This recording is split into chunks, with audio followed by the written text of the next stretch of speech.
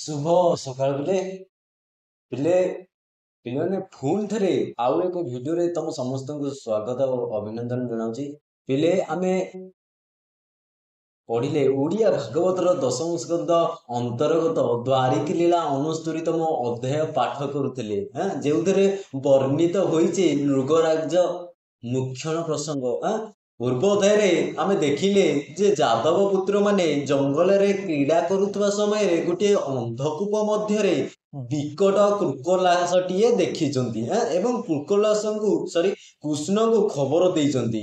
कृष्ण आसी कृकलासटी को उद्धार करिसंती एवं उद्धार कर सारिया परे दिव्य पुरुष जड़े बाहरी तेबे तांको श्रीकृष्ण प्रश्न पचारि जे आपण किए कहीं अंधकूप मध्य पड़ी थे तार उत्तर रे कौन कहते दिव्य पुरुष जनक।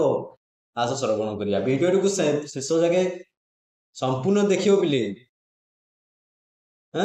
एवं भल लगे ना हृदय गोटे लाइक टे देवा सहित कमेंट रे तुम मानकर मतामत रखियो एवं सबु सांग मानक साथी रे वीडियो को शेयर कर दबो बुझि पाइला। देखो बिले देन कोन है सिरे मुकुटर विप्राय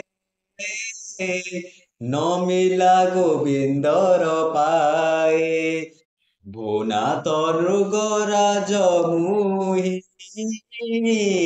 इच्छा को अंशे जात कौन ना से दिव्य पुरुष जनक जिते बेले कृष्णकर एभली वाक्य शुणी से कुह कुह जे कुह कुह आपण किए सेते आनंद रे नृगराज कहिसंती किभली देखा जाउछंती सिरे मुकुटर विप्राय रवि कहिले पिले रवि कहिले सूर्य सूर्यंकर सम प्राय रवि प्राय बुझिपारा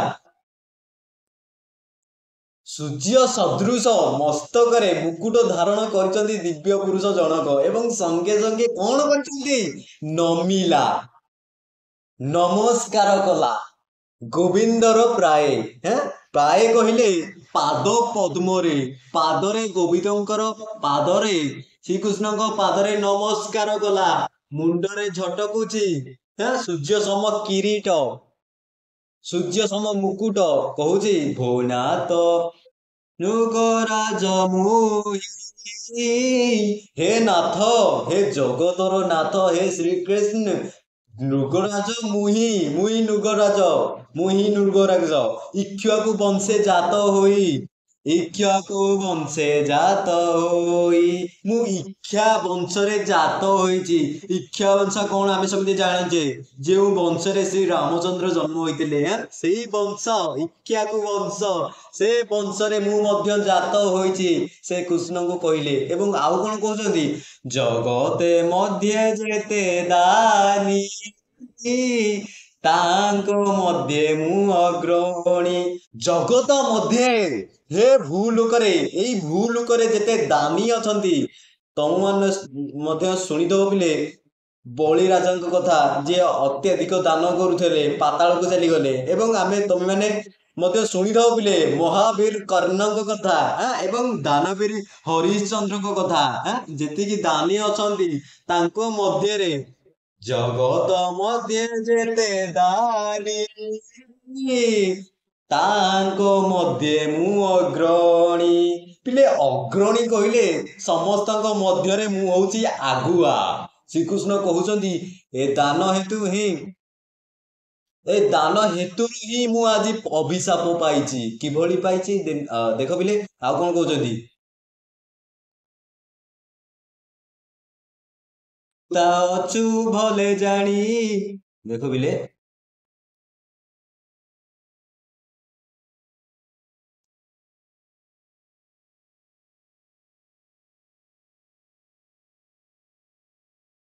हाँ तू ता अचु बोले जानी मुकी कहबी परिबाणी सर्वभूतंक आत्मा तुई अशेष ज्ञान तोर तही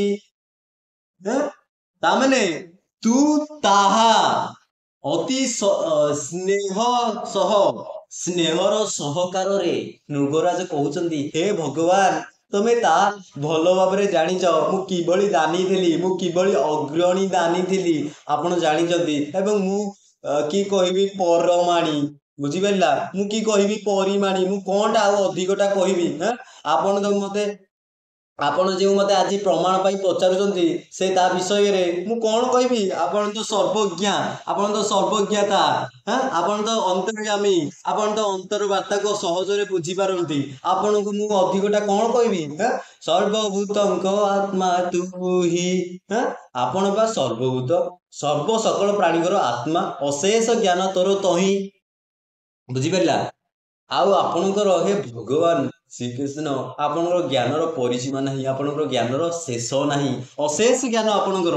ମୁଁ କଣଟା ଅଧିକ କହିବି ହେ ଭଗବାନ।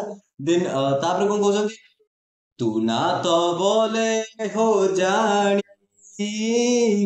ସରି, ତୁ ନା ତ ଭଲେ হা জানি, କେବଳ ମତେ ପରିମାଣୁ। ହେ ନାଥ, ତୁମେ ୟା ଭଲ ଭାବରେ ଜାଣ ମୁଁ କିଏ, ମୁଁ କାହିଁକି ଏ କୂପ ମଧ୍ୟରେ ଆସିଲି, କାହିଁକି ବିରାଟ କୁକଲାସଟିଏ ହେଲି, କାହିଁକି ମୁଣ୍ଡ ତଳକୁ କରିଥିଲି ଏବଂ କାହିଁକି ମୋ ଲାଞ୍ଜ ଉପରକୁ ଆଡ଼କୁ ଥିଲା। ଆପଣ ସବୁ ହେ ନାଥ, ହେ ଜଗତର ନାଥ, ଆପଣଙ୍କୁ ଏହା ଭଲ ଭାବରେ ଜଣା। ଆପଣ ମତେ ପରମାଣୁ, କେବଳ ମତେ ପରମାଣୁ କରୁଛ, ମାନେ ମତେ ପ୍ରମାଣ ପାଇଁ ପଚାରୁଛ ନା। ତାହେଲେ ଭଗବାନ ତ ସବୁ ଜାଣିଛନ୍ତି, ପରନ୍ତୁ ଭକ୍ତଙ୍କୁ ଜଣେଇବା ପାଇଁ ଆଜି ପ୍ରଶ୍ନ କରୁଛନ୍ତି କେବଳ ମତେ ପରୁମାଣି। ମାନେ କେବଳ ଓନ୍ଲି, ଯାହାକୁ ଆମେ ଇଂରାଜୀରେ କହୁଛେ, କେବଳ ମତେ କଣ କରୁଛ, ପ୍ରମାଣ ପାଇଁ ଆଜି ପଚାରୁଛ ନା। କହୁଛି କହୁଛି ସବୁ କଥା। ଦେନ୍ ତାପରେ କଣ ହେଇଛି ଏସବୁ ଦେଖ ପିଲେ,